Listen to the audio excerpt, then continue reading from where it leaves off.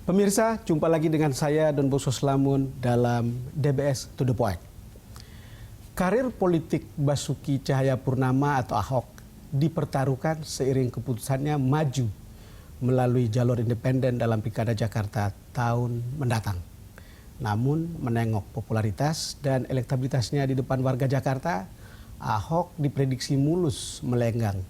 Apalagi Ahok didukung teman Ahok yang militan, relawan yang terdiri atas anak-anak muda berusia 20 tahun atau anak-anak generasi Y.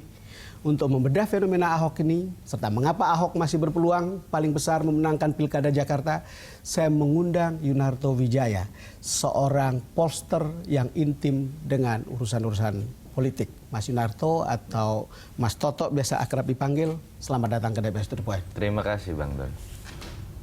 Sebelum kita lanjutkan perbincangan kita lihat dulu paket berikut. Masyarakat Nusa dan Bangsa. Nusa dan Bangsa. Inilah momen kemenangan Joko Widodo Basuki Cahayapurnama.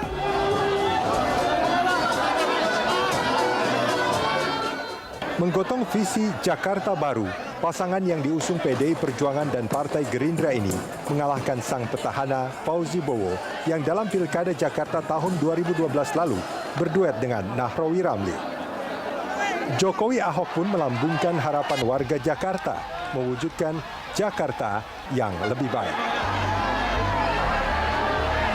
Jokowi hanya 2 tahun memimpin ibu kota karena terpilih sebagai presiden dalam Pilpres tahun 2014. Alhasil, Ahok naik menjadi orang nomor 1 Jakarta. Dengan sebaik-baiknya dan seadil-adilnya. Menuju Pilkada tahun mendatang, Ahok tak lagi menggunakan parpol sebagai kendaraan politik. Sebaliknya, Ahok memilih teman Ahok untuk membantunya untuk maju dalam Pilkada 2017 lewat jalur independen. Teman Ahok harus mengumpulkan 532.213 lembar fotokopi KTP untuk memuluskan langkah Ahok dan Heru Budi Hartono berlaga di pentas politik lokal Jakarta. Sebuah pertaruhan bagi karir politik putra Belitung Timur itu.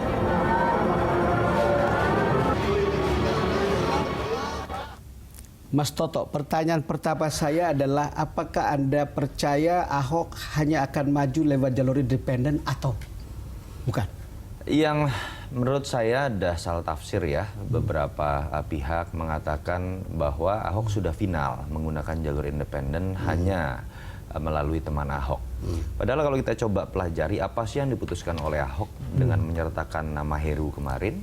Yang nama Heru ya? Diputuskan oleh Ahok adalah dia menyertakan satu nama SKPD-nya bernama Heru supaya teman Ahok yang saat ini memiliki keterbatasan waktu sampai awal Agustus harus sudah pendaftaran resmi karena kita tahu prasyaratnya tidak mudah mengumpulkan KTP, formulir dukungan untuk memiliki waktu cukup untuk bekerja.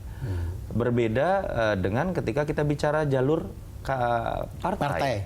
Yang katakanlah masih ada waktu hitungan jam pun itu bisa saja langsung diputuskan injury time tanda tangan ketua umum dengan sekjen. Artinya apa?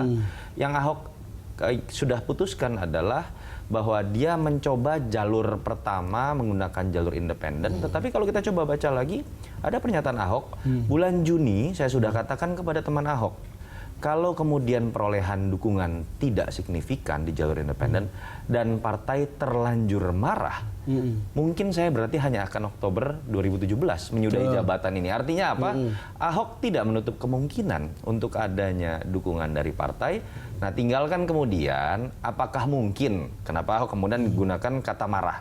Ya. PDIP yang misalnya sekarang sudah ditolak negosiasinya oleh Ahok dalam konteks Jarot harus diusung, masih mau menerima. Atau katakanlah kita harus melihat bukan hanya PDIP dengan Nasdem loh yang sekarang sering disebut yang mendukung Ahok. Masih ada yang lain. PAN, Hanura itu sudah menyebut nama Ahok dan biar bagaimanapun Ahok ini tetap menjadi kembang desa yang bisa dilihat. Artinya kalau Anda lihat ini masih ada plan A, ada plan B.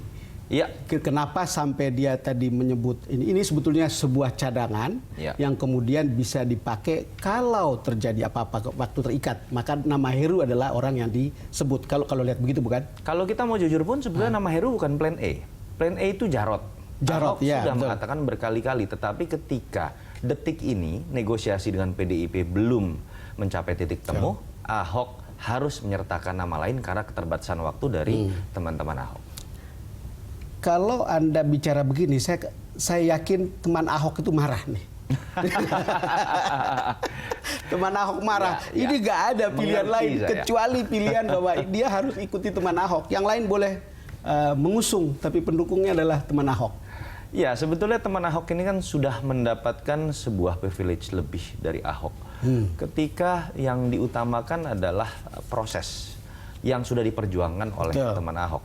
Ahok tidak mau mengorbankan keterbatasan waktu teman Ahok dengan menunggu teman-teman partai.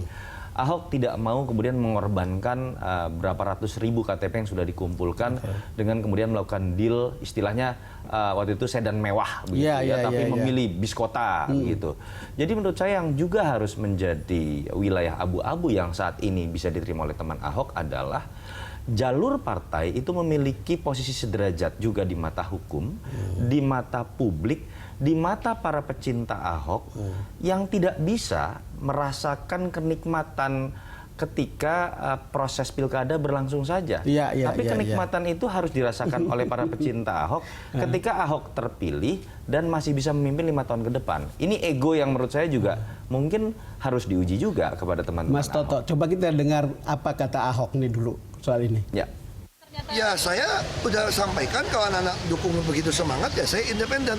Tapi saya bilang kalian harus tahu loh, saya juga berkorban ini.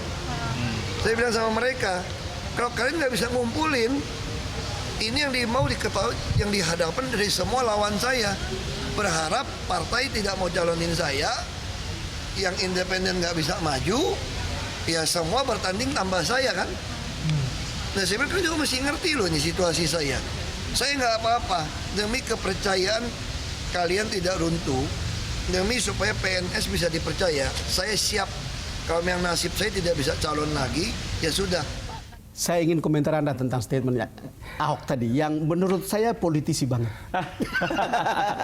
Ya, statementnya kan menunjukkan independensi seorang Ahok. Dan yang kedua yang bisa ditangkap values-nya adalah bagaimana dia menghargai proses jauh lebih besar dibandingkan dengan output dalam konteks memenuhi ambisinya. Dia mengatakan saya tidak mau semangat anak-anak muda ini runtuh. Tapi sebetulnya kan ada sikap realistis juga yang dikemukakan oleh Ahok bahwa ada resiko besar yang Ahok tahu itu mungkin saja terjadi.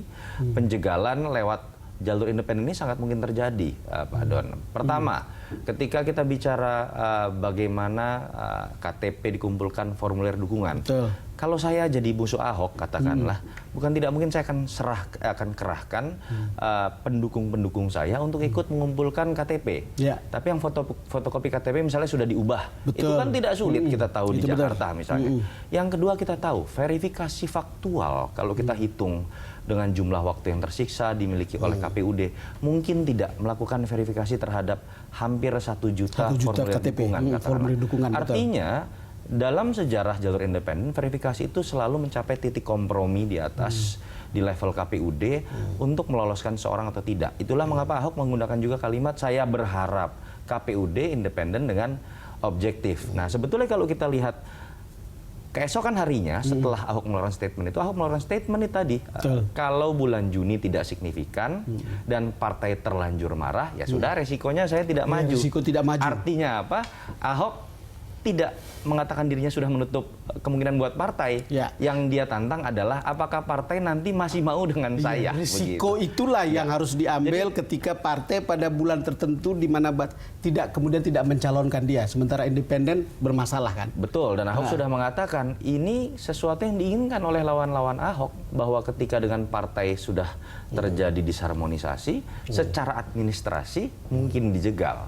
Itu yang sedang dilempar wacananya oleh Ahok, sehingga membuat pecintanya kemudian berbondong-bondong untuk mengumpulkan KTP, atau kemudian membuat partai-partai berpikir ulang, jangan-jangan kami masih punya waktu untuk meminang Ahok. Ini saya pikir hal yang realistis yang bisa keluar juga dari mulut seorang Ahok. Hal yang realistis, tetapi sebuah langkah politik dua kaki yang mungkin cerdas. Cerdas, berlandaskan hukum dan membawa budaya baru dalam politik kita. Membawa budaya baru dalam politik kita. Kita akan lanjutkan perbincangan kita setelah ini, Mas. Pemirsa, kita akan segera kembali.